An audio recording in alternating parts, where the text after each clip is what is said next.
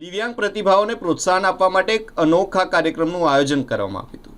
ભૂમિ દિવ્યાંગ charitable trust દ્વારા talent show દિવ્યાંગો માટેના ટેલેન્ટ શોનું આયોજન કરવામાં આવ્યું હતું, જેમાં કલાકારોએ ખૂબ જ સુંદર રજૂઆત કરી પોતાની કળાને રજૂ કરી છે. વડોદરા શહેરના વાસના ભાયલી રોડ સ્થિત વાઇબ્રન્ટ હબ ખાતે ભૂમિ દિવ્યાંગ ચેરિટેબલ ટ્રસ્ટ દ્વારા ભવ્ય દિવ્યાંગ ટેલેન્ટ શોનું આયોજન કરવામાં આવ્યું હતું.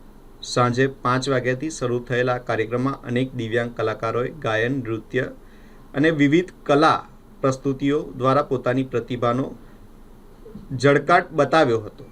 કાર્યક્રમનો મુખ્ય ઉદ્દેશ દિવ્યાંગ વ્યક્તિઓમાં રહેલી છુપાયેલી શક્તિઓને પ્રોત્સાહન આપવાનો અને સમાજમાં સમાનતા અને એકતાનો સંદેશ આપવાનો હતો. સ્ટેજ પર જ્યારે કલાકારોએ આત્મવિશ્વાસ સાથે પોતાની કલા રજૂ કરી ત્યારે સમગ્ર હોલ તાળીઓના ગડગડાટથી ગુંજી ઉઠ્યો હતો.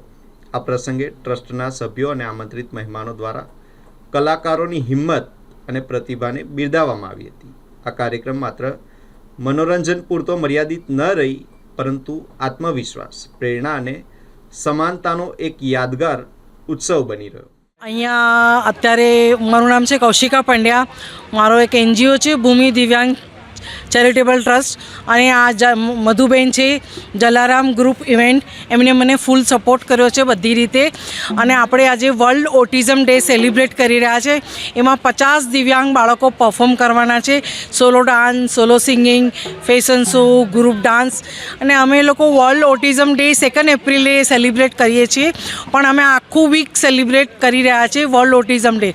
અમે સમાજને એવું કહેવા માંગીએ છીએ કે અમને સહાનુભૂતિ નથી જોઈતી, અમને તમે સપોર્ટ કરો, સાથ આપો અને અમારા બાળકોને સપોર્ટ કરો.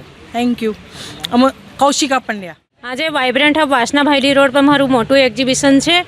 મેં કૌશિકાબેન પંડ્યા, જેને ભૂમિ ચેરિટેબલ ટ્રસ્ટ છે, 50 જેવા બાળક ઓર 100 જેવી લેડીઝને લઈને એમનું મોટું પ્રોગ્રામ કરે છે મારી જોડે, ઓર ઓલવેઝ મને સપોર્ટ કરે છે અને મારી જોડે જોડાયેલા જ છે.